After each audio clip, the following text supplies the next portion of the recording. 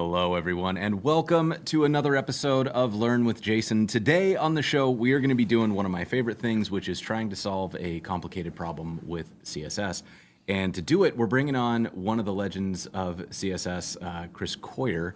Chris, thank you so much for hanging out. How you doing? Hey, I'm doing fantastic. Thanks for having me, Jason. I'm so pumped to be. I feel like you and I have crossed paths so many times throughout our careers. And every time I'm like, man, I should hang out with Chris more, and we don't. Yeah. and Well, I sometimes feel like it's just not especially considering we're 3-4 hours away or whatever. It is. really does feel like we should be better friends given our proximity, and I have no excuses. So my apologies, but I'm super happy to have you here. It's all me. It's okay. I have a little kid, and that's just the way it is. Yeah. Well, thanks for having me here, though. We're doing this. This should be good. I'm pumped, and like we're doing one of the things that I've always loved when you speak, which is sort of reverse engineering something, coming up with a complicated problem and talking through the process of figuring it out. So I'm really excited to be part of that. But before we jump into that, for anybody who's not familiar with you and your work, do you want to give us a bit of a background on who you are and what you do? Yeah, sure. I did still what I think probably most people think of me as is the CSS tricks guy, which is cool and fine because I was like solid 15 years of writing for that website. Which was great. Probably the biggest thing I've ever done. I had an opportunity to sell it a couple of years ago, so now DigitalOcean owns it. But my editor was named Jeff Graham, and Jeff's a great guy, and he had his own little journey with the site, but is now and has been for a bit still at the helm there. So they're doing a good job, which just warms my little cold heart, Jason. Nice to see that thing back in action. He's doing better with it than I ever did. So rock and roll. Truly is really nice to see CSS tricks back up and running, because I know that was Yeah. It was a sad couple little period of time there where it was quiet. Yeah, it's just a bummer CEO. I don't know what he did for DigitalOcean, but he's gone now. So whatever, probably not good. Because the new guy is much cooler. He said with his mouth to mine, which I'm like an old school guy, man. Like when you say something to my face, you better mean it. And he said he was going to take care of it, and he did. So that's awesome. Good. And then there's that, and then whatever it was, a third of the way through CSS Tricks life, I was like, we should have a better place to write these demos because that'd be fun. And I was working with a couple of guys I've worked with for a long time at Wufoo and SurveyMonkey and stuff, and so now I still run CodePen. That's the site we ended up building to make all these demos on, with Alex Vasquez. He's up in Seattle too, so we're just a little triangle of PNW up in here.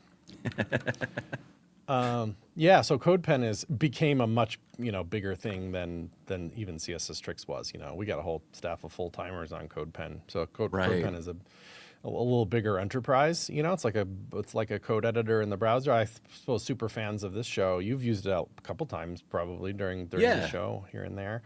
Yeah, it's like a code editor in the browser. That's the pitch for it essentially, because that's what people use it for. But it can be all kinds of stuff. It could be to show off. Look at this sick stuff I built. And some people use it to troubleshoot, or they use it in an educational context, kind of like this. So any reason you need to use a code editor in the browser, you can use that. But it's really front end focused. Yes. And it's been around a long time, so it's a lot different than something like StackPlitz or whatever, where you got a terminal. You're friggin' NPM scripting your way through that. That's not what CodePen can do right now. Right. And I think, one of the things that I've loved about CodePen is it seems to be the place that if I'm trying to figure out how something works, I can probably find an example on CodePen of whatever front-end thing I'm trying to do. And I like it because it's got there's a community aspect to it. I'll put up a little idea, and I won't even tell anybody about it. And the next thing I know, I'm getting comments on it. People are sharing it around. And so that's kind of cool. Like you have a community of people who are excited about doing more and better stuff in the front end. And I think you've also done a ton of speaking. I tell people often that you are one of my favorite people to see speak live, because you have this tendency when you talk about really anything, your excitement for the thing you're talking about is very infectious. And so I remember I watched you give a talk on container queries at Cascadia.js, and it was the first time that I was both excited about them and kind of understood what they were about. I still needed Miriam Suzanne to come and teach me for real a little bit later, but it's just so fun to watch somebody who's like genuinely interested in something. And I think that was always the secret sauce of CSS Tricks, is it was very much just you being curious and sharing whatever you were curious about. And I think that that's been, kind of the blueprint for a lot of people who have since made their way in blogging and learning in public and all these things, is to just try to do the thing you're interested in and remember to write down what you learned so that, maybe anybody else who's interested has a bit of a guide. Still a big fan of that one, writing it down, making stuff. Well, you don't have to be like full on Jason, like you're like super content guy, but like writing some stuff down is like good for your brain and good for your career. Yes. It just is. So absolutely. Feel free to steal that one.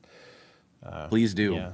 So let's talk a little bit about what we want to do today, because there is, I think, we even talked about this a little bit before we went live. There's this idea of, like, you see something cool online and you want to see how it works, and then you kind of have to grapple with this idea of, like, am I stealing somebody's idea if I try to rebuild this? And we are specifically today going to be building something from someone that neither of us has met before, a guy named Toni Lijic. And it is a very cool little demo. We'll look at it here in a second. But one of the things that's really interesting and kind of challenging about art, right, is that if you are going to make anything, you're almost certainly making something that's been made before. The trick then becomes, like, how do you show the provenance of where your ideas are coming from so that it doesn't appear that you're, like, erasing the history of, like, where an idea came from. Fascinating, right? You can immediately imagine that that's just as big or bigger of a struggle in music and art and things like that, where you're like, you're not the first person that's ever created something just like this. I mean, maybe you are doing something very legitimately new, but for the most part, especially when you're early in learning, you do well to copy some stuff, And there's like that classic great artist steal thing that's worth thinking about. And that's the core advice that every artist gives you, is, like, don't try to make everything you do net new. You're borrowing ideas from people who have been doing this a long time. And, it's on you then to be creative, to iterate on it, to not just take it wholesale and, like, this is an idea that I saw somewhere else and I've now plopped it down on my website with no changes and this is my idea. That's not like that. Like, you gotta, you're remixing, you're expanding, you're building on. Especially if you can do it with a certain degree of credit, that's even better, Absolutely. It's tricky though, because you can't tell somebody what the exact line is. But I'll tell you, we're probably about to click on to Tony's site. Again, neither of us have met him. I just thought the little widget was really cool. Yes. And I can rebuild it. I could rebuild it pixel for pixel, or I could try to. Or I know I could, because I could steal his code if I wanted to. It's all right there. That's the nature of the web. If I did that exactly, put it on my website, and but even if I didn't even say anything, that's more like theft. Like, there's a line there that's like a little bit like, not a great idea. But with a bunch of credit, we could ask him. You always could do that. Or in this case, we're going to be a little bit more like taking a sketchbook into the museum kind of thing. We're going to be like recreating. We're not even going to look at his code. We're just going to try to recreate it just for learning purposes only, and just see where it goes. So I hope that's good enough. I also think other people have different lines, and if this crosses a line for you, super sorry. But I asked my morals, and it said it was cool. So that's how I feel about it too. Like, we're going to be spending a lot of time looking at Tony's work. We are not going to be looking at Tony's source code. We're just going to be trying to figure this thing out as a learning exercise. We'll link back for credit, all the things that you would want to happen, right? So let's flip over to this screen here, and I'm going to turn on the banner. And first and foremost, let me do a quick shout out to our live captioner. We've got Amanda here from White Coat Captioning. Thank you so much, Amanda. And that is available at this link that is going to start scrolling along the bottom of the screen here. Closed captioning is made possible by Tuple. Thank you so much, Tuple, for being part of the show. And we're going to be using Tuple a little bit today. Tuple is a tool that allows us to pair program remotely, so Chris has the ability to do things like draw on the screen or copy-paste some code, share a link, all sorts of fun stuff that just make it a little bit easier to do remote pairing. So thank you, Tuple, for all of that. We were Yeah, talking high to five Chris. is pretty impressive. I'm logged in right now into it. I don't know. I just feel like a high five is due sometimes when you're like, It, dude, I was up and running in this software in like 3 minutes, and I'm a little freaked out by how nice it is. So it's really nice. We're talking to Chris. This is Chris's website. I highly recommend you should get into this website because it is not. It's a blog unlike most blogs that I've seen, where it's actually just a person sharing some thoughts. It's not. It doesn't feel like marketing. It doesn't feel like quote unquote networking or thought leadership. It just feels like somebody who's living their life in public, which is, I think, what a lot of us should be striving to do. And we are going to be looking at CodePen today. CodePen is where we're going to be doing all of our work. So here is it's a link to, if you're logged in, it'll take you to your page. But CodePen is I love it. I use it all the time. It's a wonderful place to just kind of work through some ideas and share them for feedback and remix other people's work, all sorts of good stuff. And we are going to be trying to build this little widget from Toni Lijic's site, which let me drop a link to the site here, and then we'll scroll down to the part we're going to try to recreate. So, Chris, do you want to tell us a little bit about this particular widget here?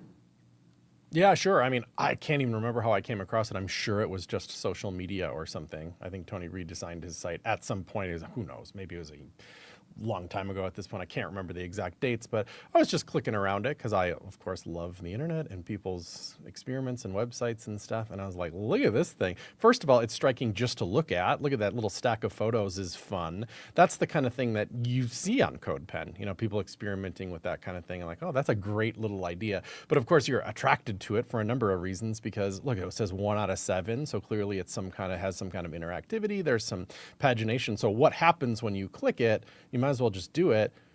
The photo comes flying out. Another one comes to the top. The text changes. It has just really kind of what I might call juicy interaction. And I was like, dang, it turns out there's a lot of details because it's not just the one photo that flies out. The rest of the stack kind of temporarily straightens, which is like just classy. I was like, that's fun. And I happen to, it's not every day where I have the time to just sit down and recode something like this because, we all have jobs and responsibilities and stuff. But it was one of those kind of days. I'm sure you can relate. You're sitting on the couch or whatever. And it actually is like fun for me to do this sometimes, like a hobby, like somebody picking up a violin to practice or something. Like I get some enjoyment out of that.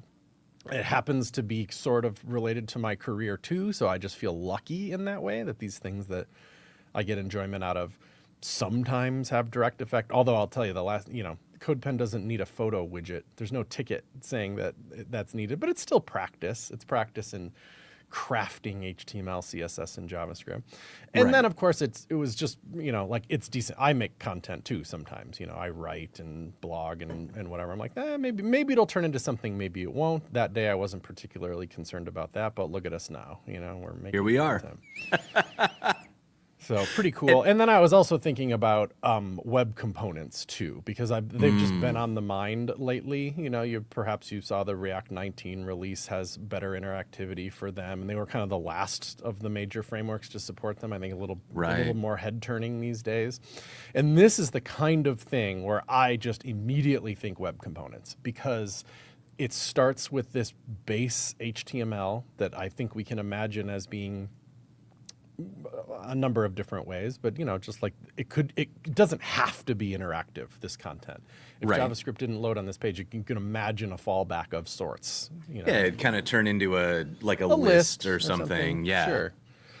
But then we're like, JavaScript boots up. Why don't we do it that way? And we can contain all of that into it. I do kind of think of web components as an opportunity to do like sprinkling in JavaScript in a way that perhaps we used to think about jQuery or something, I don't know, like there's some HTML already there. We're going to sprinkle in some JavaScript. But in this case, we could do it in a self-contained way.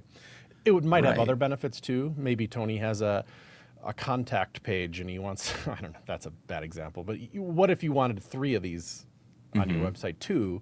Could we design it in such a way that makes it more reusable than just one chunk? And a web component might accomplish that goal too. So at least that was and my for approach. Anybody thinking about this from okay, this is going to help me learn something that I can use for work. Reusability, drying out components, if you're working on a design system, if you're doing any of those things, trying to think about how can I make this not just a bespoke thing that goes on this particular page, but something that I could create another instance of or move to another place or any of those is I think a good exercise for just, is this code portable or have I built myself a little pile of spaghetti? Right. And dependencies are part of that story too. I mean, web components used to be part of the story, but that's what I'm kind of saying is they're not really anymore. Like Sure. it doesn't matter. You make a web component, you literally can just use it anywhere. You could plop it in your Markdown.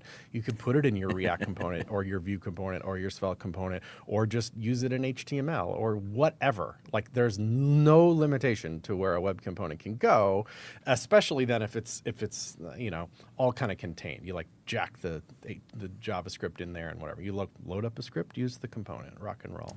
Right. Something I like. So anyway, we don't have to dwell on that. It's just, and it will only come up because the JavaScript that we'll end up writing for it, what little there is, will be kind of in the format of a web component, Yeah, I get you. And just as an informal poll here, anybody who's watching, if you want to get into the chat and post a yes if you've worked with web components and post a no if you haven't, so that we can get a sense of like how familiar everybody is with it. Yeah. So let's talk a little bit about you found this effect. You're scrolling around, you come to this page and you go, dang, this is really cool. And you're going to try to rebuild this. What's your process for how do you start to break something like this down? I mean, I probably did open the web inspector to look. I said we weren't going to look at his code, but I can't help it. Whatever, I just looked, and I think I just saw like a bunch of React and stuff. I don't really remember, but I have a feeling it's that like framer motion or something like that. Like there's just a lot of markup slinging around, and I was like, I actually don't care. Whatever it is, I'm just going to do this myself. I don't really mind what he did. I'm sure it's smart and cool, but I'm going to attempt to do it. Especially considering that I don't want to use React. I don't want to use any of that stuff. So I'm not changing out the content. I'm going to start with all the HTML on the page anywhere and then go from there. And I don't know that that's how he approached it, but that's how we're going to approach it. So there's that. And then I thought what does one of these look like? One of them looks like, I don't know, it's a little 2-column grid. There's a photo on the left, there's some text on the right. Sometimes they call it the media component. So you just make a bunch of those, then we're going to stack them all on top of each other and then not render the stuff that is intentionally dynamic in JavaScript. We're going to not put those little left and right pagination things. We're just going to not put that in the HTML because that's exclusively JavaScript powered. If JavaScript doesn't run, those little things are not useful to us, so forget them. And then even 1 out of 7 is like, let JavaScript deal with that. Excellent. Okay, so we're going to recreate hobbies widget. Yeah, nice name. Look at that. The credit's in the dang title. And so how would you so in my mind, I always think about these as being either I'd probably put a section around the entire thing. This is my hobbies section. And then probably each of the items themselves, I'd make a div, and then I would have kind of 2 sub-containers in there, one for the media, one for the details on the right, so that I could kind of flex them up. Absolutely. Is that the way that you typically approach it too? For sure. And why don't we just do it? Except for in your case, when I think of section, I was like, I'd probably wrap the section all the way around where it says hobbies on his site, because then the H tag will label the section and all that. Whereas I think the widget, why don't we just rock skip the section. Let's just make the widget itself. Just and the call widget. It has to have a dash in it. So why don't you just call it like activities widget? And you're going to put a dash. Now, anybody listening, if you haven't used web components at all, the dash isn't just for fun there. These things have to have a dash in them.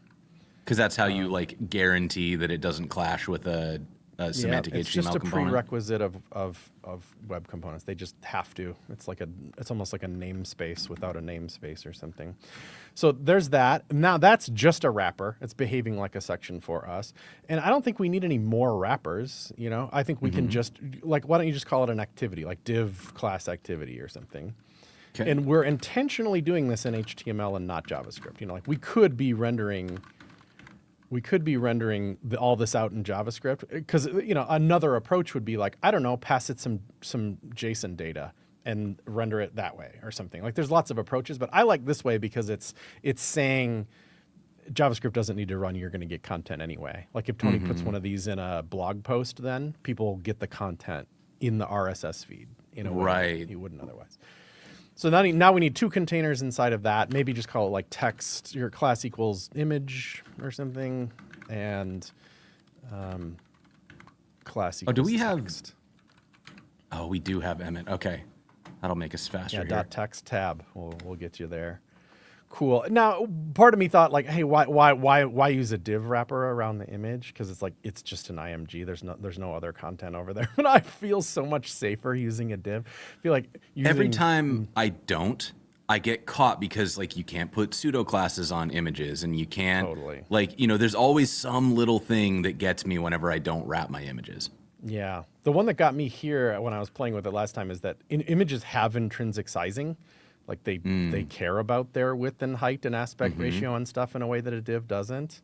And it was just freaking me out because we are going to end up using CSS grid on dot activity, and like making an image a grid cell is okay. It just was causing some cross-browser issues for me. So just wrap your images, everybody. Okay, that's great. Maybe do the text first because it's I don't know. It's easier to deal with. Actually, why don't how interesting is this? Why don't we move along and I'll give you this HTML. Only because it's like, I don't know, handwriting HTML has limited value, I feel like. Yeah, I agree with that. I'm just going to copy and paste this. Yeah, so if I click in tuple here, I just got it. I'm going to select all, and I'm going to paste my HTML, and then we can just look at it. At the top, I also credit Toni as a comment. You can leave that there or remove it as you like. But look at how close we did. Like I didn't tell you what to do for the most part, I just largely did what you did. I was like, we're going to need a wrapper. We'll just call it activity, and then we'll put 2 divs inside of it, and then text and the image. And the image there is just some crap stolen from Unsplash, Yep. It may be interesting to folks if you click that assets button on the bottom of CodePen and then click onto photos. You got Unsplash right there, so you can just type in activity. Slick. Okay, very cool. Okay. Yeah, just grab URLs as you need. Yeah, just grab one of these and say like, oh yeah, let's do. Look at it. I think we even used that one on the upper left. That's it. That's in the slider somewhere. That little shoe tying one. Perfect. Yeah, exactly. Yeah, and that's hilarious. I mean, and I like that because all I did was I searched for the thing I wanted and I clicked, which is exactly what I would have done on Unsplash. But this saved me a ton of time. Yeah, you just don't have to go over there. Big deal. Okay, so we're doing pretty good HTML-wise. That's probably all we'll ever have to do with the HTML. Like, I want everything else to be controlled by CSS and JavaScript. That is really raw HTML there, and I'm fine with that. I don't think HTML needs any other jobs in this case.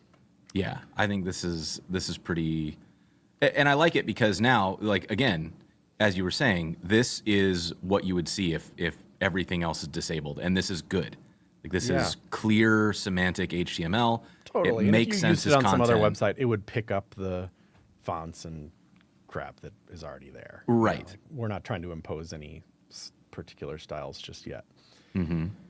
Okay, so I thought maybe we'd leave that the way it is, and before we get to CSS, we'll do JavaScript instead, because we also need some, like, I don't know, essentially scaffolding there to for the activities widget, because it's a custom component thing, right? Yeah, exactly. And then it'll have everything we need, and then we'll just make it all work with CSS. So none of these steps should take too long, but having the JavaScript there first makes a little bit more sense to me.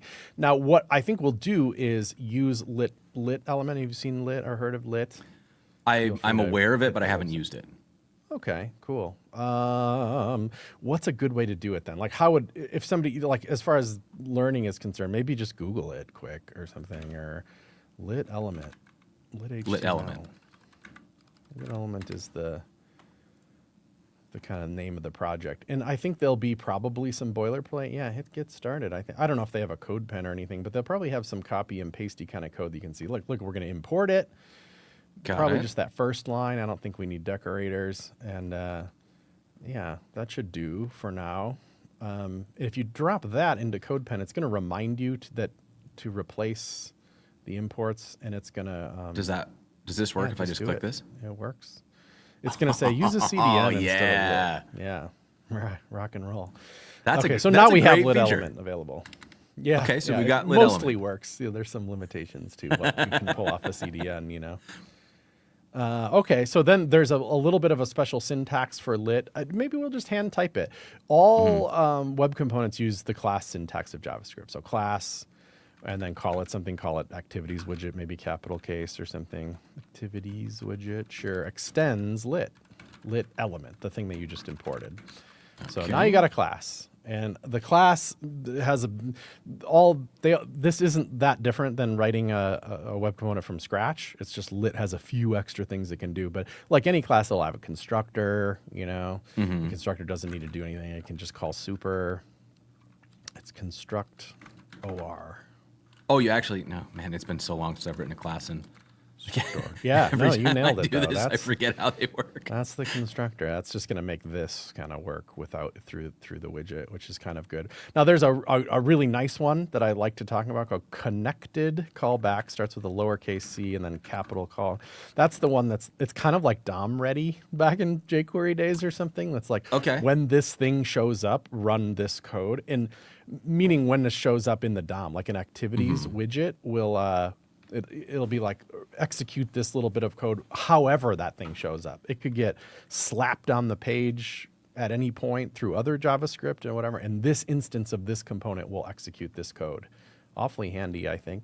Let's jump down after the class and just make sure that our activities widget is a real thing. So there's a web API called lowercase c custom and then capital elements. Custom elements. That's just a global in JavaScript .define. And then we're going to pass it a string that's the name of the HTML widget, the lowercase thing, comma, the name of your class. Now, when that JavaScript executes, now this component is real. It does absolutely nothing, but now it's like the page and the DOM and everything is like absolutely knows that that's a real widget and we're going to do stuff. Got it. Okay. Fair enough. All right, a little trick we're going to do after the connected callback. Now, this is a lit-ism. So just another, method on the class, I guess. This is just one that's specific to lit. So create render root, camel case. Create render root. And then just say return this. And this is just a little trick in lit element that's just going to say, I want you to like render all the crap we put inside of you. Meaning kind of light DOM instead of shadow DOM. Maybe let's not dwell on that for kind of a moment, but it means that kind of styling this thing is going to be easy. But then make a render method as well after this. So render and then return, and see that other thing that you imported, HTML. It's gonna now put backticks. Heck yeah. It's a template tag. Okay, I had a hunch. A tagged template, literal. Yeah, and now you can write HTML in here. And what's interesting is that it's going to render what it's already had. Actually, just for fun, go comment out create render root, that whole thing, that method. And then return like a div or whatever. You can just write HTML in there like you would JSX or something. Div, hello, or yeah. I think what's going to happen is that it's going to blast out the whole element. Why didn't that work? Are we seeing any runtime JavaScript errors or anything? Yes, I screwed something up. Where did I screw up? Failed to execute define. 2 arguments required. No, that's old. Hit clear, like just, or whatever. And let's try to run it again by just, well, yeah, that works. Now do we see any runtime errors? We don't. Did I typo this? Activities. I'm just looking over your stuff widget. here to see if we did okay. Activities widget. Let me just copy paste this, make sure that I got, oh no. We'll just activities widget. No, I did that right. Yeah. It looks fine. To me, it looks fine. Let's see. That looks... there. And it Maybe should kill be... connected callback too. We can also look at just look in the web inspector. Are we getting shadow DOM or anything like. Oh wait, there it goes. There it goes. It was the connected callback. It was. I guess because we weren't doing anything.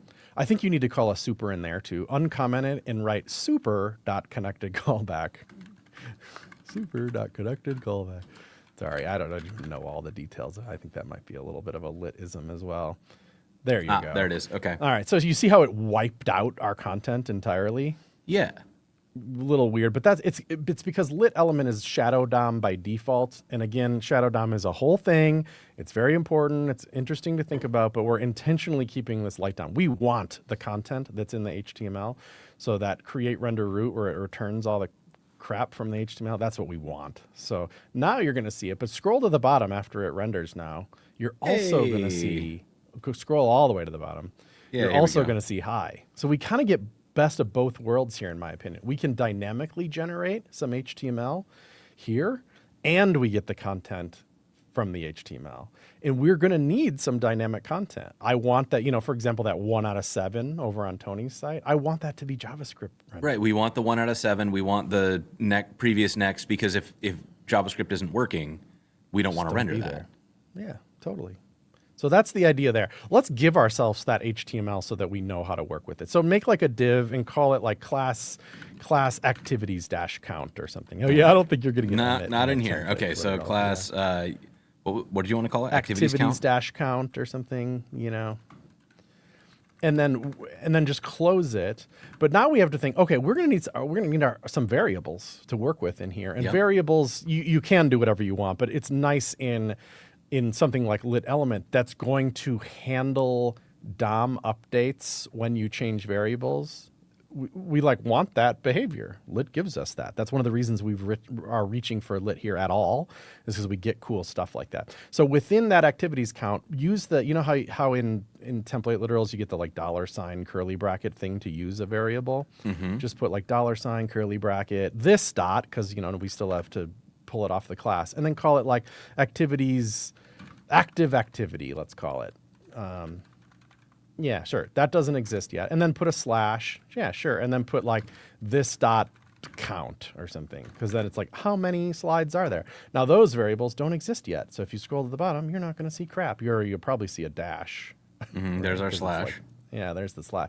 It's because those don't exist yet. Now let's make sure that they exist by, this is a little bit of a web component or litism. Go to the very top of the class, because that's just tends to be where you declare things like this, and just type static space properties equals, and then object.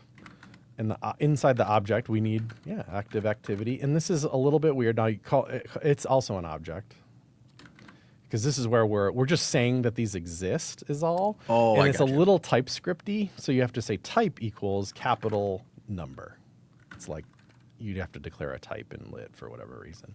And there's another one, and it's count, and it's also a number. So now these things exist, and I don't know what it does. I think it helps lit like understand that you've got some stuff that is probably going to be dynamic or whatever. Now in the constructor, because you don't really need to wait for the DOM to be ready. So in this case, you could say like this dot active activity equals 1 or something. Sure. So now that has a value. So if you scroll down, it'll say 1/. Yeah. Yep. Cool.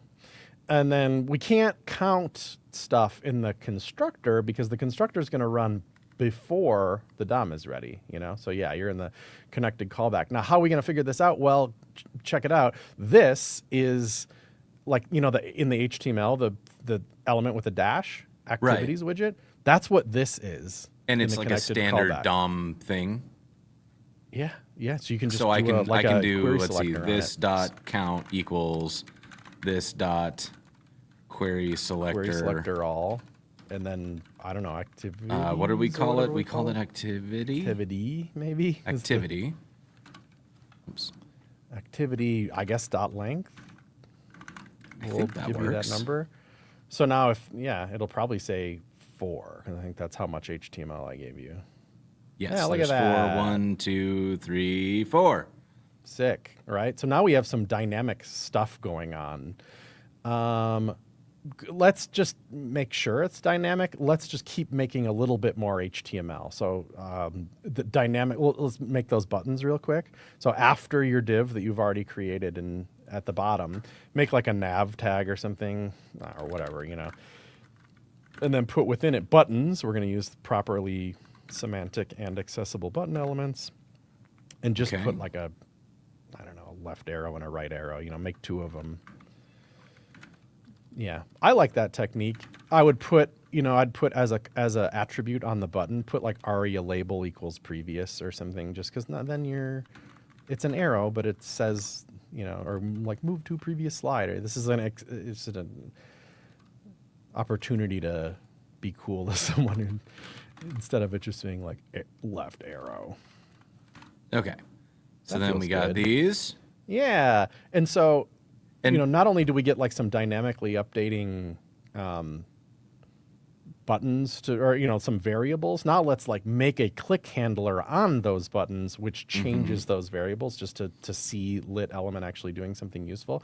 The syntax in lit element to do this is a like an at, you know, like an at in an email, at click equals with quotes because we're in HTML, and then within the quotes you can do the $ curly bracket thing, $ curly bracket, and then in the curly and there you can type this dot whatever you want, call it, And we're gonna make a new function. call it like for this, move probably, right? previous or something. Okay, like yeah, this is now going to be a method on the class that doesn't exist yet. And so we'll do that for both of these. Yeah, and call it move next or whatever.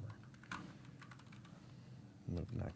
So now you have to make sure that those are defined. If you click them, it'll throw. You know, it'll be like that's not a method. Okay, so we need to make move previous. Yep. And move next. And inside this, what we would want Just do something really chill, is like this dot active dot activity active. minus or whatever. You know? Yeah. When's the last time you wrote minus? Well, we can probably even like we'll just count it.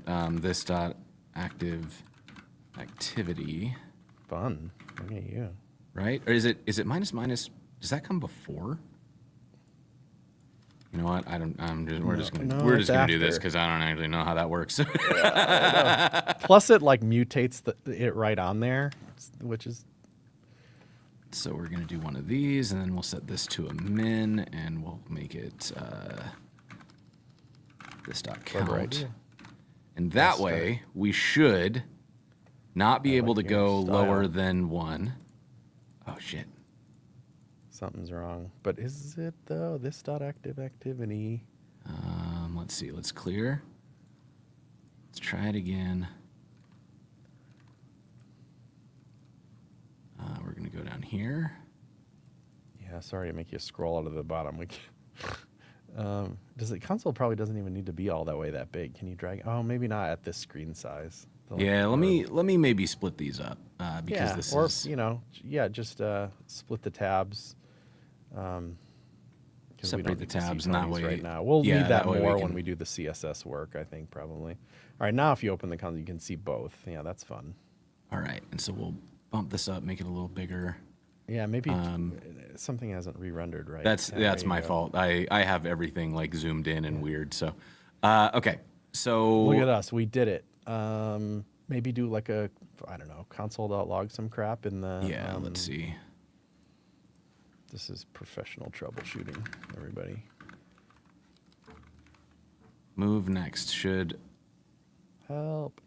So if you hit move, it's Oh, totally I know what we're doing. I know what we're doing. I know what you mean, right? Like it's calling the function immediately rather than, but you should not have to do that. You should not have to do that. Like I know uncall it.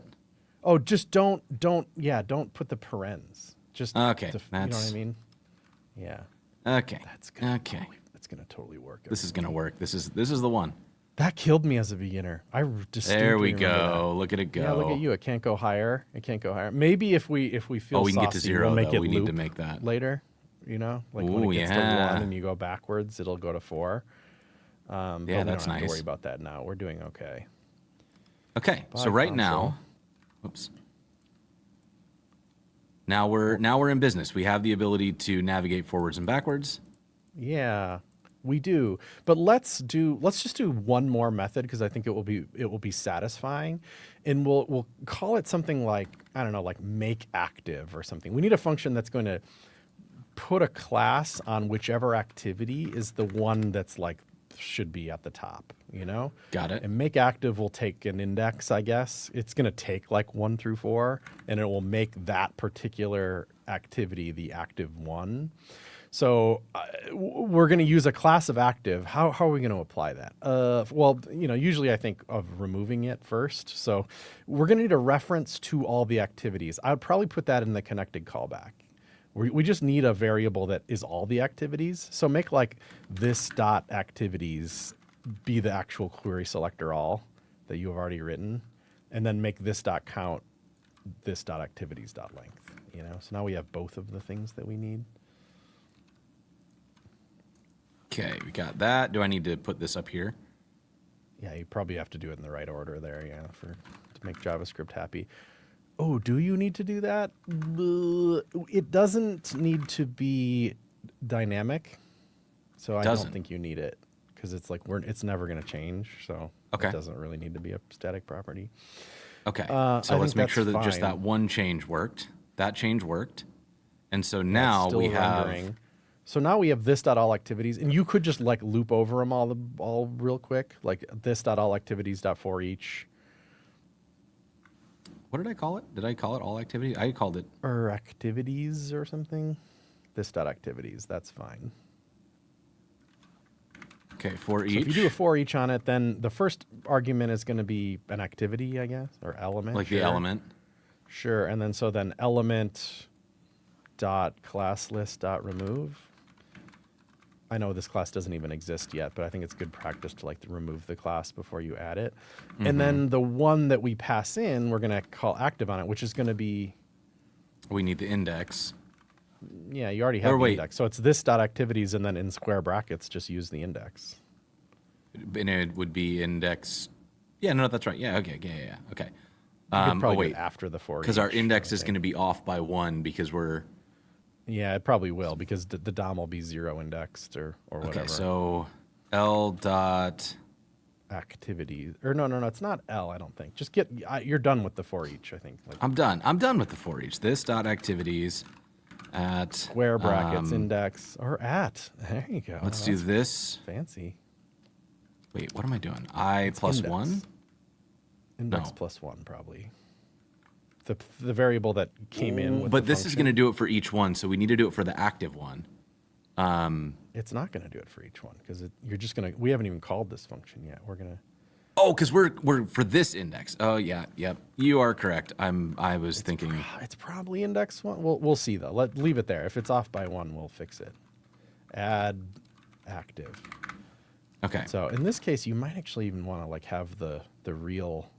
The real browser console open. I know we're a little space constrained, but it might be nice to see in the DOM. Yeah, you might have to just point at it, and it should dig into the iframe. Okay, there you go. So the activity, none of them have a class of active on it. That maybe we'd want to do that in the construct or the connected callback too. Is just give the first one it finds a class of active on it. I hope everybody's following this okay. How we do in chat? Does this make sense, all these little internal things? Hopefully it's not too... Yeah, give the first one a class of active.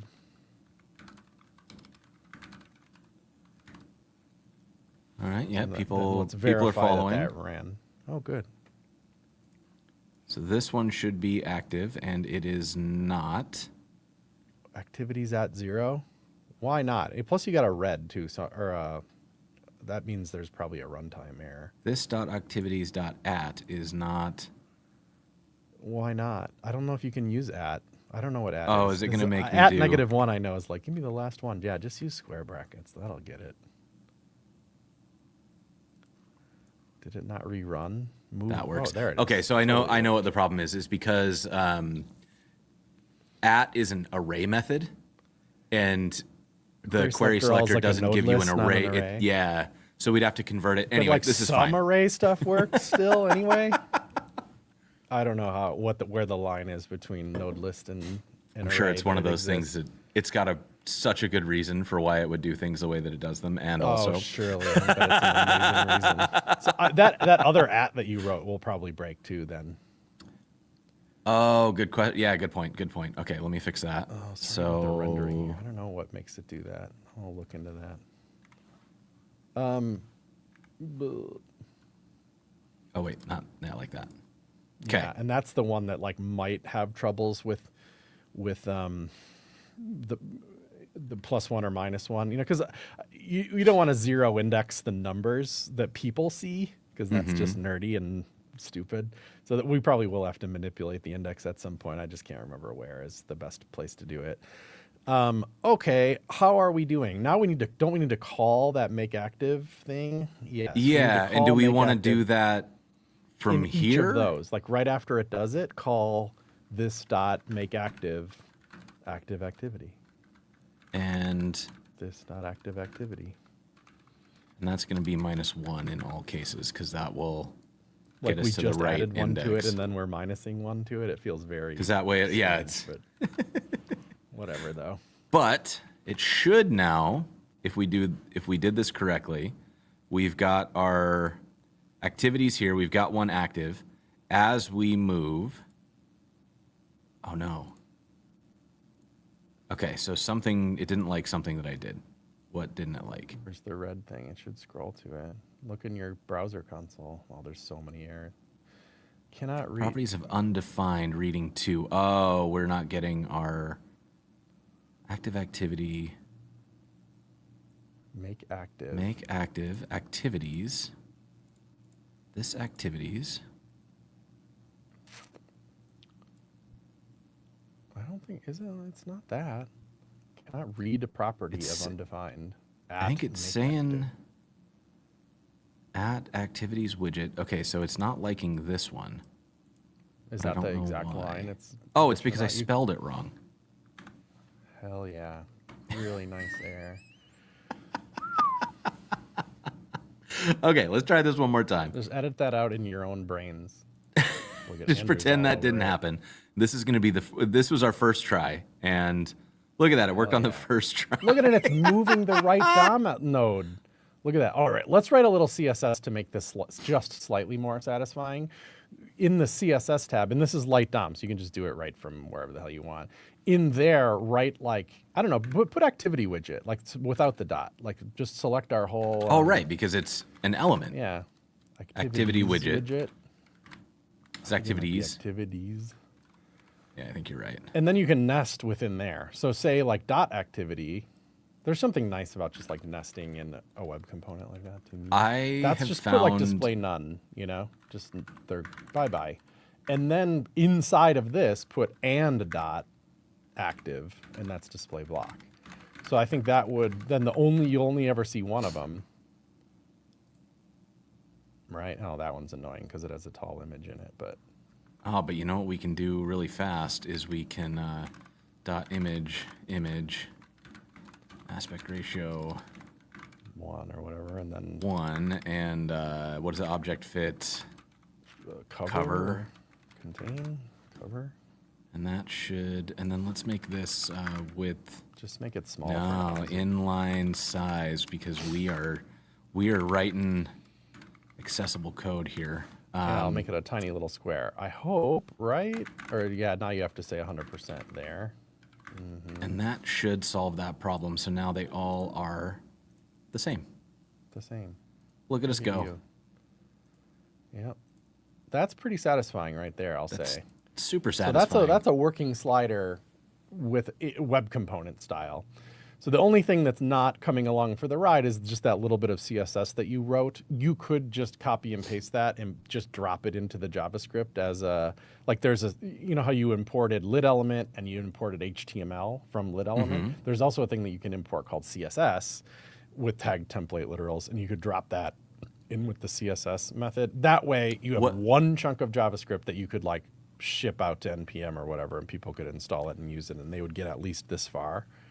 Oh, so we can take this and put it down in the JavaScript. here. Yeah, totally. There's like a method called you'd have to look it up in the lit docs or whatever. Okay. I only mention that because I feel like that makes it more contained. Web For component distributability. Yeah. Which I kind of like, but I also kind of like not shipping any styles at all. I mean, like, here you go. Here's or like just the what you've written so far, like that minimum, like just hide the one that's not active. That's kind of neat. So anyway, let's not do that. Let's just write CSS here to make this thing work. Because who cares, you know? Like we're not actually shipping this thing. We're just learning. We're doing really good, aren't we? I'm proud of us. I think so. I don't know if I have that much more JavaScript that I think we should do. Like we might want to I don't know smurf that around with there's- making it rotate, but let's forget it. Let's like Well, move even on. the rotation we can do in CSS, I think. Oh, we'll definitely do everything. Literally every other line of code we're going to write there. But just as a fun activity for everybody watching, go into the JavaScript again and just select all and delete it. Select all and delete this. All the JavaScript. And then just as a reminder, like, look, when there is no JavaScript, we still have content.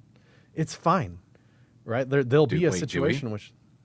Oh, you know why? Because we don't have because our activities. Yeah, we did that, which is a not Which is why could you put that contain it active in class on first the line. element. Yeah, it might be a good reason to do that. That's funny though, but I just think it's a good reminder that like there is quality HTML sitting there. Like all that JavaScript that we just wrote doesn't matter. It's just a sprinkle on top of interactivity. So pretty cool. Let's keep like the CSS part is feeling pretty satisfying. So let's just truck on with that, I guess. Yeah, let's do it. Where to start? I think the grid itself is a good place to start. There's a point I think is worth looking at, like the rendered DOM real quick. So let's look at what the browser is doing to the DOM of this thing. We have our activities widget, and within it is activity, activity, activity, activity, right? And then below those, you see that weird little comment?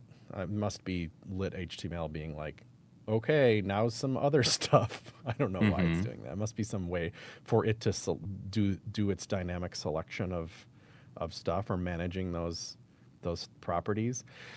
What I want is for that count and for those buttons, that navigation, to participate on a grid together with the activities. But notice how they're all siblings of each other. We're going to end up using subgrid to solve that problem. So what I want to do is I want to set up the grid on the widget itself.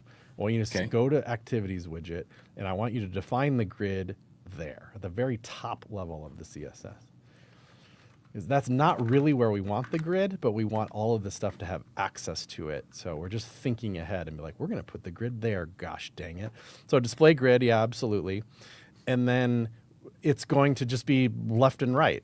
So a way to do that in grid is grid template columns, and then just say 1FR, 1FR, one fractional unit and another fractional unit. This is going to look awful in our CSS for a minute, because now it's going to think all the activities are on it awkwardly, and well, let's not worry about what it's doing for now. You'll probably want a little gap between them, maybe more gap on the left and right than otherwise. So maybe put as the first of two values, put like, I don't know, half a rem or something.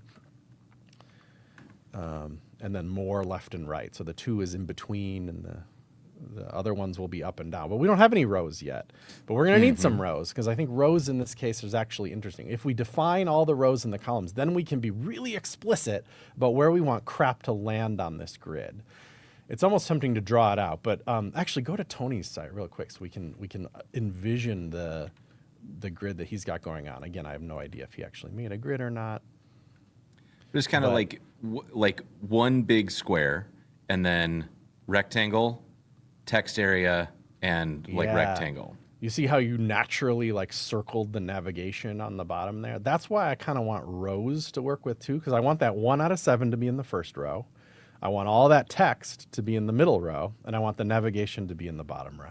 I just want to be explicit like that, and I think we kind of need to be because of how kind of we actually can draw this out because we've got indeed this thing, right? So one down the middle. We already did that one. 1FR, 1FR on the left and right, and there and there.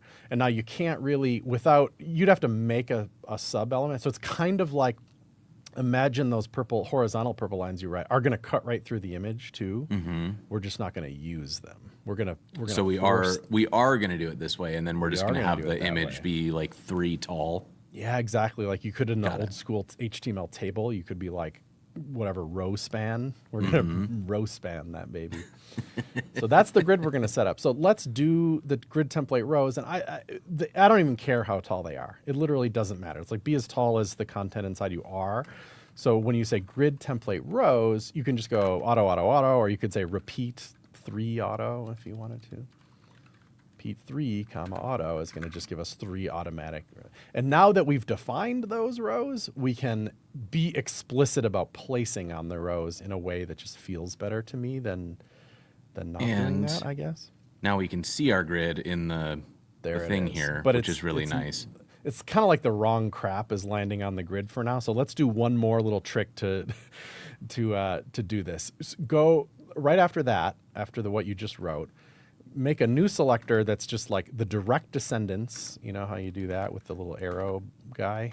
Yeah, and then say grid area. Do this for me. Grid dash area, colon, 1 dash 1 dash 1 dash 1 dash 1. 4 of them with dashes instead of, or with slashes instead of dashes.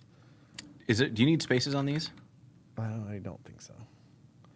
So what we're saying there is any child on this thing, place it, just stretch it over the entire, all the columns and all the rows. Because we don't actually want, what we want is the children using that grid, not whatever. Don't worry about it too much yet. But now go onto the activity selector you have in the CSS and write a couple of special lines. Say it needs to be display grid. So you have to get rid of the display none for now, unfortunately. They're all going to come flying back at us. And there they are in and a big then pile. There's 2 grid template rows and grid template columns again, but the value you're going to give for them is the magic subgrid. Just use the word subgrid. Say, I want you to have the same grid as your parent does, is what that's saying. The same columns and the same rows. Now that stuff is laying on that grid that we set up, which is exactly what we want. I know it looks funny for now, but now each activity should be a grid too. Why it's saying it's not? You're gonna have to remember that line we wrote where .active is making it display block. Right. Yeah, we can hold that for now. Yeah, we will certainly style the active one, but now see. And now we get our subgrid. Yeah, it's just we're not placing anything on that subgrid just yet. So let's do that job and start putting stuff where we want to put it. Okay. So, yeah. Well, we also need to make the activity itself also stretch the entire thing. So you could use that same grid area trick. The activity, rather than just being placed in that first column, also stretches it. So use that same trick, I guess, or I think that should do it. And that's going to make it go across both, isn't it? Or am I wrong about this? Instead, I want it to literally stretch. So instead of that, write grid column, grid dash column, and then 1/-1. That's like saying start at the first one, go to the other one, and then write grid row 1-1. Like also span all the rows. That's exactly right. So we're seeing them all on top of each other, but we're seeing this stuff about happen where we approximately want it to. We pretty much just need to let's deal with the rest of the placement. Like what's the first thing is the IMG. Right. In our mind, what column should the image go in? Let's just be real explicit about it. It should be the first column. Column right? 1, and then it's top to bottom, right? Totally. Grid column 1 dash, -1 or 2. Sure, 2 is cool because it's just saying start at column 1, end at column 2, or not. Right. Grid line 1 and grid line 2 is really the right way to think about it. But now and they're numbered here, so 1, 2. That's what we're telling it to do. 1 and 2, heck yeah, and then grid row 1 through 4, using that thinking. Because there's 4 rows, so that's just and there we go. See how it's going across the lines now. That's exactly what we want. So all this work, and it might seem convoluted, but the point was now we need to pick up that, like the buttons, for example. What was the class for the buttons? The nav activities tag count. Well, we want the count, and we want just that. nav. We're gonna need a class. You're gonna need a class on the nav to select it, probably. I mean, you don't need to, but we're doing classes for everything else. Well, I might as well call it something. Yeah, let's Activities call it nav or something.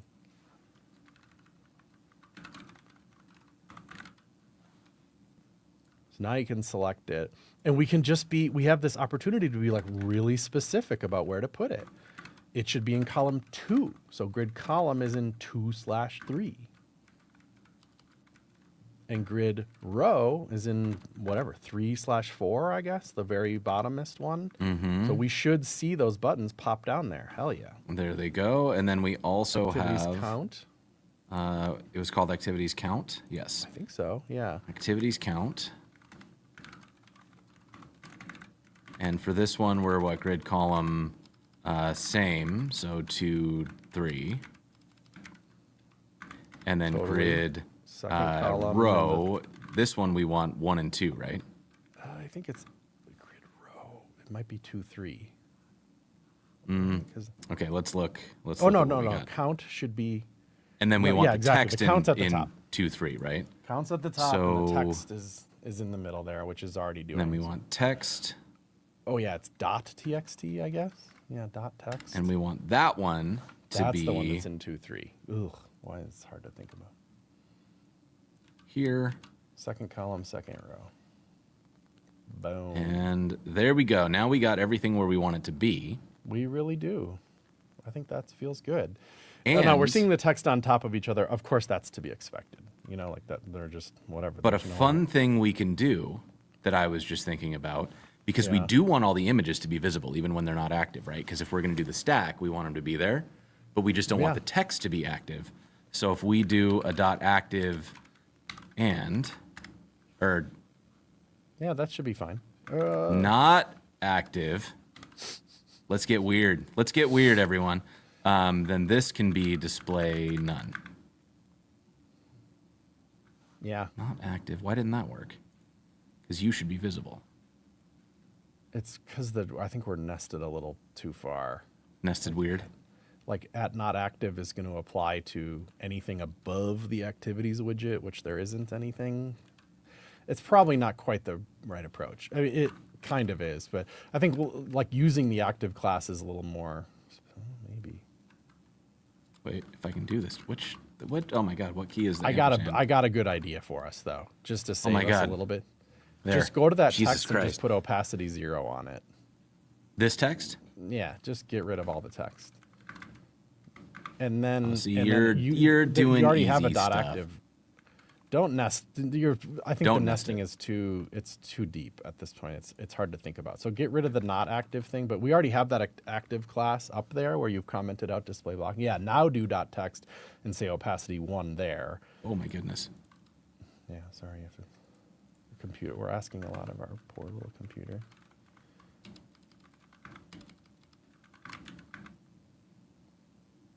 No, Okay. it's- There we go. We did it. What's kind of nice about that is that you can animate opacity. So why don't you just, good you know what I mean? point. Yeah. So you could do, I don't know, you always apply the transition on the not active one, like have it always be there. So dot text should have a transition on it of sorts. You could just do like ease in out or something. So just put just put transition, I don't know, half a second, ease in out. 5 second ease in out I think opacity. that'll just, yeah, you can scope it. Why not? Wait, what have I just done? Give me the CSS. There we go. Ta-da. That's relatively satisfying, isn't it? Yeah, I like that. But look at Tony's. Look at what Tony's does. It's a little bit classier because Tony's a classy guy, you know? Oh, he does a little drop. One drops and the other doesn't, right? So one of the cool things we could do there is just type translate on text and push it down on the non-active one, yeah, right where you are. Just type translate and then 0, 20 pixels or something. That's going to push it downward. But then when it's active, just make the translate 0, 0.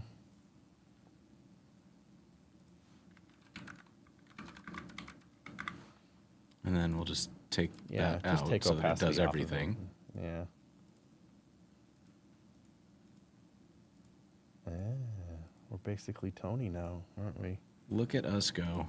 I think Yeah, there's that looks probably nice. a way to make it, because his like goes down and then the other one comes up. Like they don't happen at exactly the same time. So I wonder if there's a way to do that. I feel like I figured it out one time, but I kind of forget. I think you put Is the there- delay on just the active one. So put like whatever transition delay of 0.2 seconds or something. Yeah. 0.2. And then it's only delayed in one of the two states. Look at us. Look at that. That's what you pay for, kids. That is some advanced CSS action right there. I do think there's a problem with Z-index though when you layer a bunch of crap over like this. Can you even select that text? I don't think you can, right? No. Because there's other crap on top of it. So just make like the active one, put pointer events none on the text and put pointer events all on the active version or something. Z-index Oh, I also was just might going to work. actually mess with the Z-index. Yeah. Should we not do that? You don't want to do that? All right. It feels dangerous to me because if you put backgrounds on it and then you animate it, it'll get janky. Yeah, put it all on that, and if I can avoid Z-index, I do. Pointer events none, because that will select all of them then. So just the active one. There you go. Look at that. Now we're keeping our content accessible as well. Absolutely beautiful. I think that's pretty satisfying. Yeah, this is feeling pretty good. Yeah, here I'm gonna use our sponsors thing here. I'll click, and then I'll scroll to the top, and I'll give you my. Oops, wow? CodePen is awful, isn't it? Why is it rendering like this? We can refresh the. Yeah, let's just refresh can't. the page. I think. Yeah, apparently didn't. It's code mirror needs to be refreshed once in a while. I'm just putting that crap in there to be like, put the thing in the middle and use system UI font, just so it's slightly more palatable looking. That's wonderful. I think we've done it there. You can take over again. I just wanted to give you that chunk of code to make it a little more beautiful to look at. There's a couple things we can do. Look, well, we really need to deal with the images because I feel like if people have been waiting this long to see an image fly out and in, it's probably time to make the image fly out and in, don't you think? Let's do it. So you already made them squares for me, so that rules. One of the things that let's rotate them randomly. I think that might be satisfying. Let's do it with a custom property so people can see that kind of approach. So for each image, I think you can just rotate that, the parent, I guess. I don't have a problem. Let's do it on the image because I think it's going to get weird if we don't. Because doesn't that like start to mess with the bounding boxes and? No, because it's just a rotation. Like it won't. It's like a transform. I don't care. You can do it on either one. Yeah, But, I don't know. well, rotate's fine there. Make a default of 0 or whatever, and then put rotate, and then rotate it by that value on whatever you want. Var -- rotate. My brain shorted out there. You could put the 0 fallback in there. Nah, you know what? Let's not complicate it. Now go under Now go under like nth. Oh, we do actually need to do it on that because I think like now. Yeah, that's fine too. Now put some spaces after that, and then be like and nth child 1. Oh, right. So that way we'll use the nth child to set the rotate property then to like, I don't know, 4 degrees. And is it gonna do it? Can we see one go? Yeah. Can see one go. Why did they all go? 4, -2, -9, -9, and 7 or something. We'll deal with why it's not working shortly. It's funny that first one had no trouble working. So we're setting them in. Okay, so let's poke at the.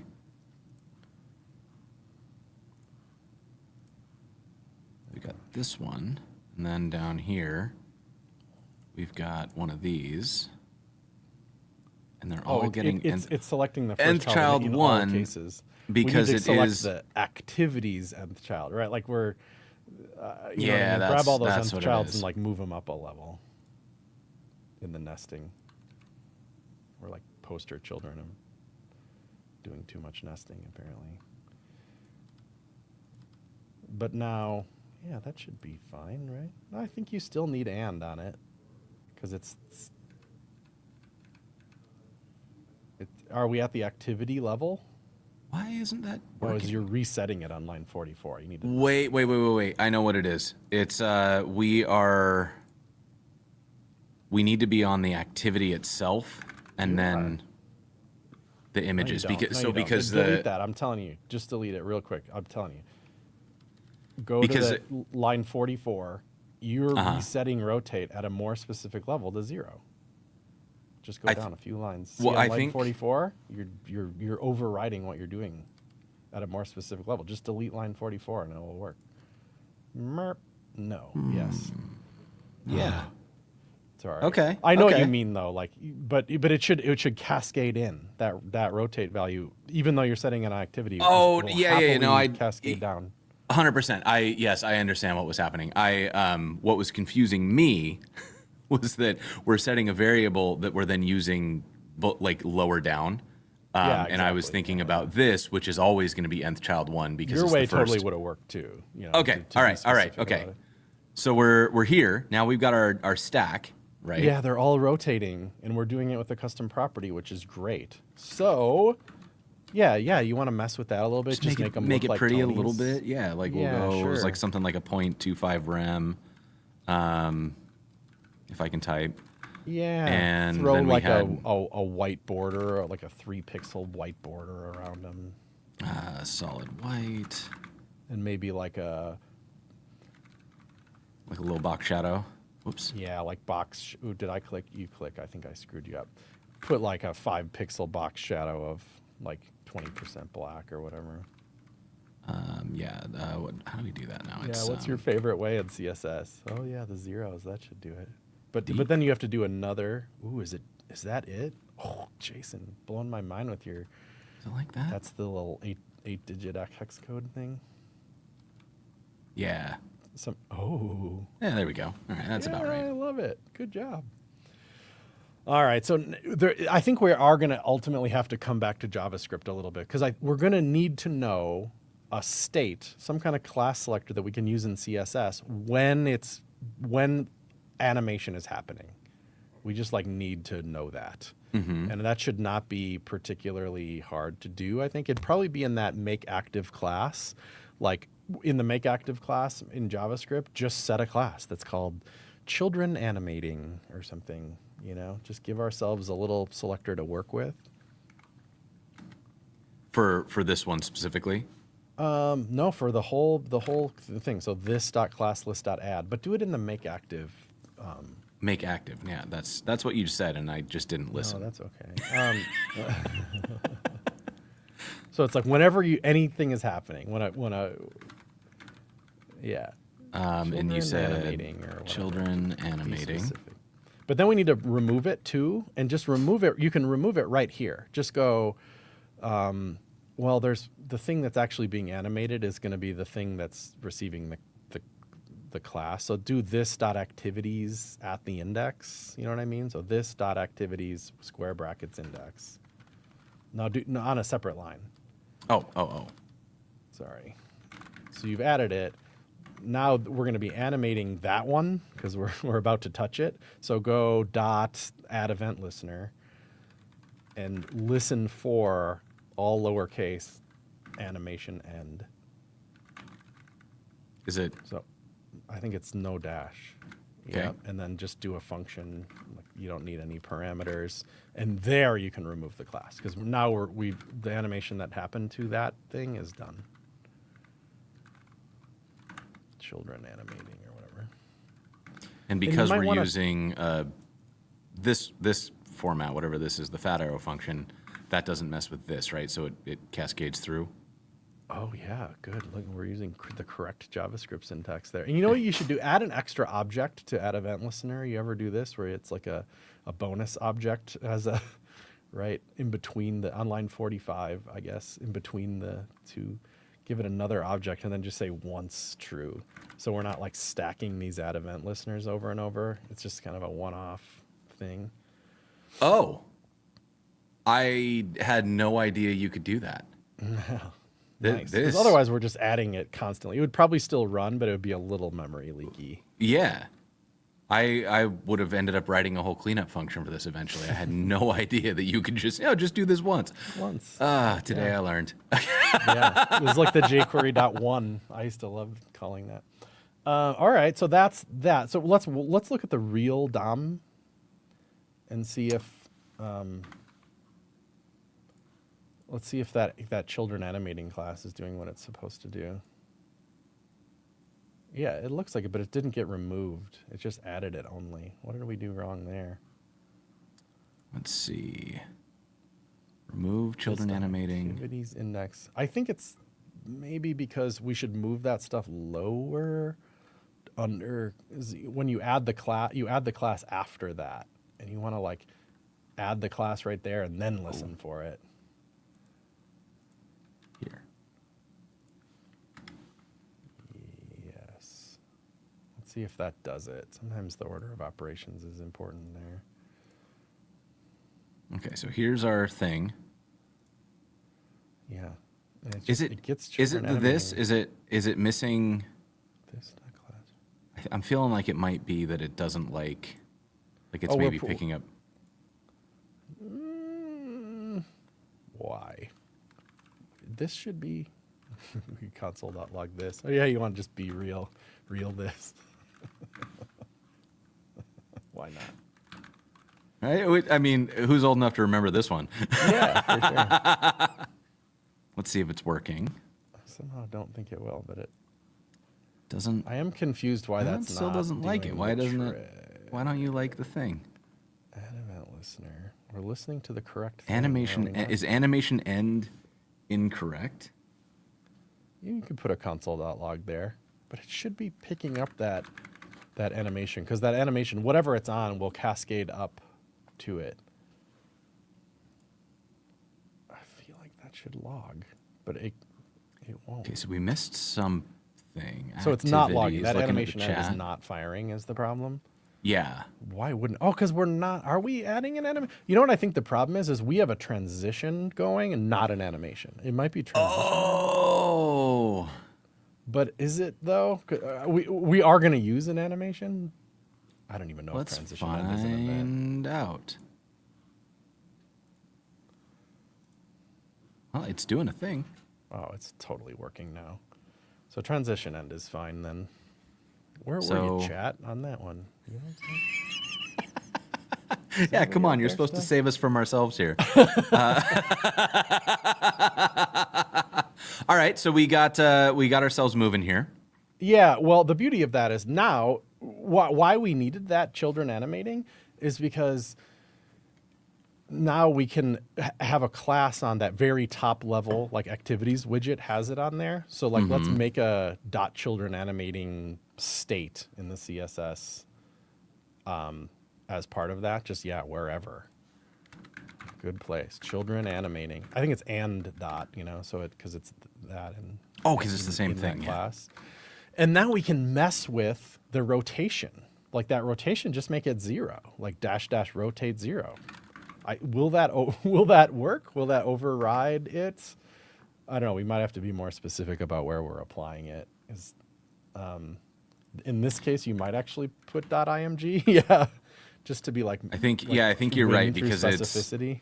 We wanna override that specificity. Yeah, look at that. So they're going to 0, right? Ta-da. But are they animating? No. So you need. So they're not animating because we need to use an @ property for rotation, right? Eventually we will, but we don't even have a transition on it. They're not even trying to rotate. You're right. You know you're what I right. mean?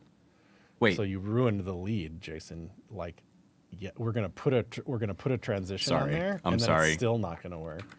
And people will be like, "Why? I put a transition on there."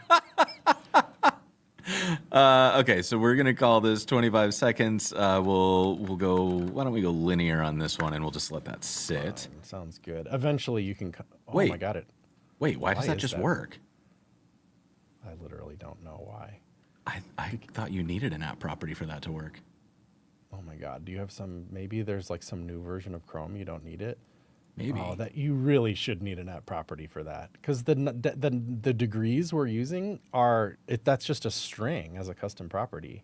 Yeah, that shouldn't work Maybe at you're all. running some crazy beta Chrome that infers I- types or something. I'm not. I don't think so, at least. Yeah, then you So just go app dash, property rotate. and That's then really truly not supposed to work.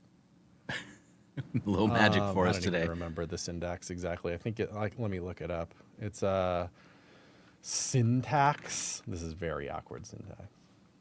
Oh, I screwed you up. syntax. Yeah, and then in quotes as the value, you need then angle brackets, and it's an angle because we're using. That's right. That's right. That is a very awkward syntax, but I don't blame them. This is some weird. And then stuff. it's like default. it's right? not default. It's initial dash value. Or yeah, why not? Yeah, all right. I don't even think we need to set it because we are setting it, but who cares? And then what really super does matter, though, is because we are cascading this particular property, you have to say inherits is true. Inherits, true. Now that's going to make it work, but for some reason it already worked, so... I wonder if I have something turned on in here that's like, no, there's no CSS prefix. None of it. There's no reason that should work. There really isn't. I promise you that's not supposed to work without declaring the type of it. I honestly don't know what's happening there. But I isn't like the that neat linear. looking? Yeah, we've solved that particular problem. Now, would be cool in CSS if we could set those degrees to random. Yes, that would be freaking sweet, like a random And that's coming, function. isn't it? I don't know. I think so, especially because it's not particularly difficult, I don't think. If it... I'm imagine there's weird accessibility edge cases or who knows, but that's the kind of thing I think about in CSS when you're like, why can't you do that? And it would be runtime random, because you could do that in Sass right now, but then they would just be random. It would be fixed. It would just be one random value, and that's not what we want. We want random each time it's invoked or whatever. Yeah. All right, so I think we did that, but we just have a tiny little bit left to do. I think we're going to be Which is right great on because time we here. have a tiny little bit of time left. Yeah. Well, we have that active class, right? So let's use that Yes. active class on we're only using it on .text right now. We can use it on .img as well. So in this case, we actually need an animation, like a keyframes animation. And the reason we need a keyframes animation is because we're not just going from one state to another state. We need to go, because we want that image, again, to fly out and fly back in. Yeah, sure. That's a good name. So how are we going to think about this? It needs to move to basically translate negative 100% at halfway through. So at the 50% keyframe, you'd say, I want the translate value to be negative 100% or so, or 110 or what. That's move left as far as big as you are, is what that's saying. Right. And then at 100%, which you are going to need here, because it should just go back to where it is, but we want to be explicit here because we're going to do something a little bit special. Just say go back to 0, 0. And I don't think you need the 0% at all, really, because we're not going to, the 0% keyframe. I think leaving it blank is probably fine. But so if we call that during the active state, just make it, what are we doing, half a second? Yeah, let's see. It's 0.5 seconds. And then just ease in out or something. Make it nice. Do I need to add all the other stuff like linear or forwards and? Okay. Yes. Well, you jumped ahead again. I think as you do that, they're going to fly out. Oops. They are flying out. Set the max inline. Put max inline size equals 300 pixels or some crap on the way up at the top on the widget so that we can actually center this thing. It's just being as wide as it wants to be. Oh, I got you. Yeah. Max constrain the inline width. The body. size. Sure. Get crazy. Wait, what am I doing? I didn't mean to put it on that. We're going to put it over here. And then we can margin in. Oh, it's already doing it. Never mind. So now, look at them go. Right. So now we see it fly out. but look at how not on the top it is. So in this case, we actually are and gonna then need some we hit Z-index to help us. So I would say in the keyframe, this is the trick we're going to use at the 100% level. Put it there. Should we put it here so that it's like when it hits level, 50%, it's Z-index 1 or something, or Okay. maybe at 50%. I don't care, wherever. That 'Cause I might wait till it's feel- at the very end of the animation to move to the top, though, and then it's still not going to be on the top because that's the moment where you need animation fill mode forwards. What that line says in that animation is stay in the position of the end of the animation. It's saying whatever that 100% keyframe is, stay looking like that, please. Forward. Yeah. See? Hey, look at This is us. that. It's still, we still got a little jank, but it's looking pretty Looks like cool. it's happening just fine, right? Well, it changes the order at the initial click. Did I lose audio? I cannot hear you. Oh no. Oh, you're saying words. But I can't hear you.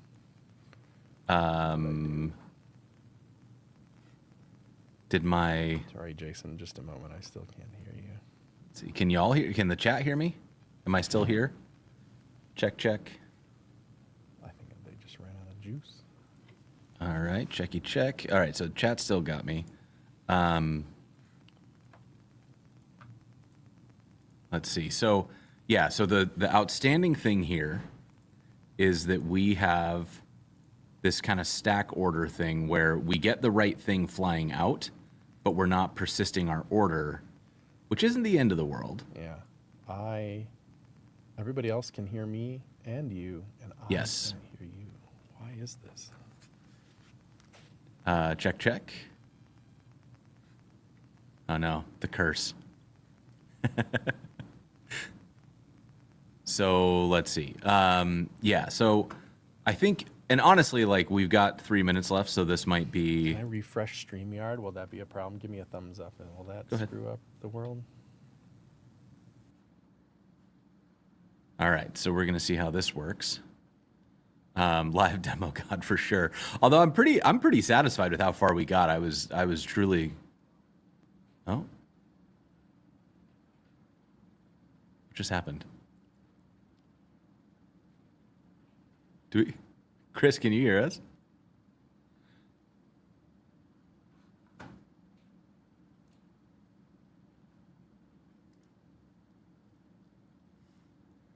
Let's see.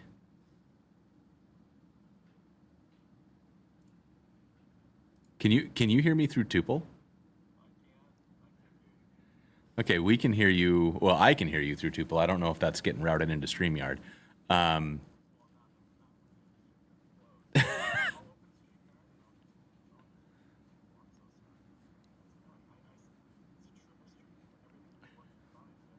StreamYard in the browser. So now that I'm back in StreamYard, everybody should be hearing me, and I can hear you through Tuple. So thanks for saving the day. Great Yes. spots Will on you Tuple. mute yourself in Tuple so that I'm not getting a double? Did that do it? It did. Okay. So everybody can hear. All right. Everybody can hear. We are just about out of time. And the one thing that I'm seeing left here is if we look at the stack, we get that flash of it always kind of goes back to the top image. And so it's losing our, like which image is on top when we start the animation, which I maybe think doesn't you just matter. change the Z-index to not happen at the 100%. Let it happen at the like 50% state in the keyframe animation. All right. Let's It's do it. waiting. It's waiting too long to change the Z-index. Oh, it's almost worse now, right? That's weird. Yeah, it is. It is actively worse. Do we need it in both places? Ooh. That's weird. Actually, I'm not sure at the moment. And now I'm hearing you twice. I need to mute you. Let's see. So that would mean that I'm back in. Let me mute. Can you hear me now? Yeah, StreamYard's just back now. StreamYard's back. All right, Okay. cool. One thing that's just annoying real quick, go to that .img class and just put like a max inline size of 100% or something on it. I feel like it's being too, the images are not when it's active though, like just all the time. Oh, yeah. All right. It's being too big. Let's get up to here.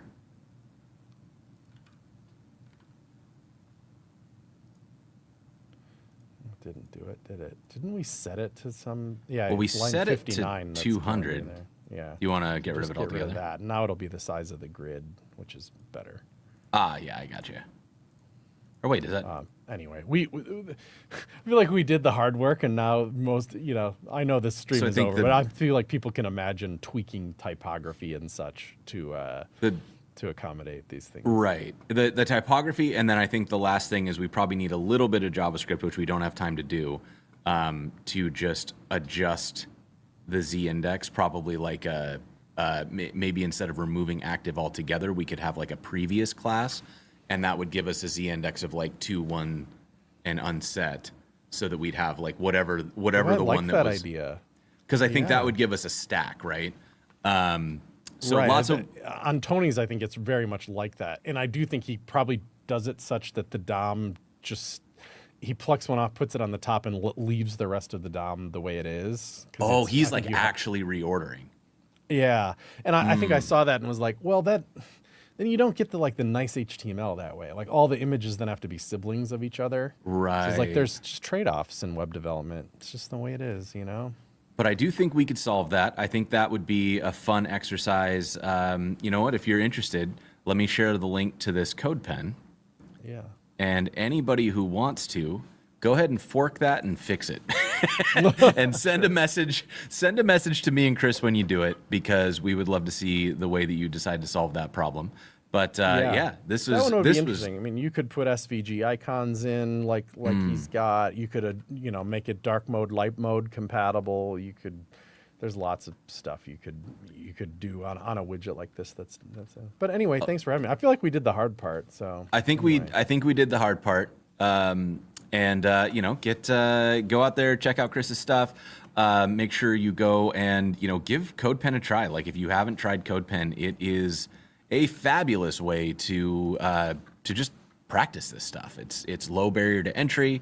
It's really nice to work with. Make sure you go and check out Tony's site and look at how he originally implemented it. Maybe peek at the source code and see how close we got today.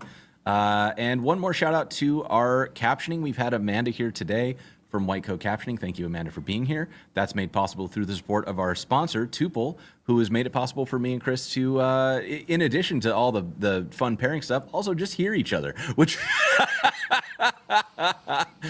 was great. So thank you all very, very much for hanging out today. While you're checking out things on the site, make sure you go and look at the schedule. We got some fun stuff coming up later on this year. More coming to the schedule soon, so keep your eyes peeled.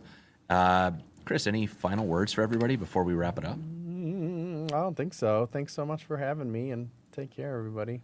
Yeah. Thanks, y'all. Thank you, Chris. We will see you all next time.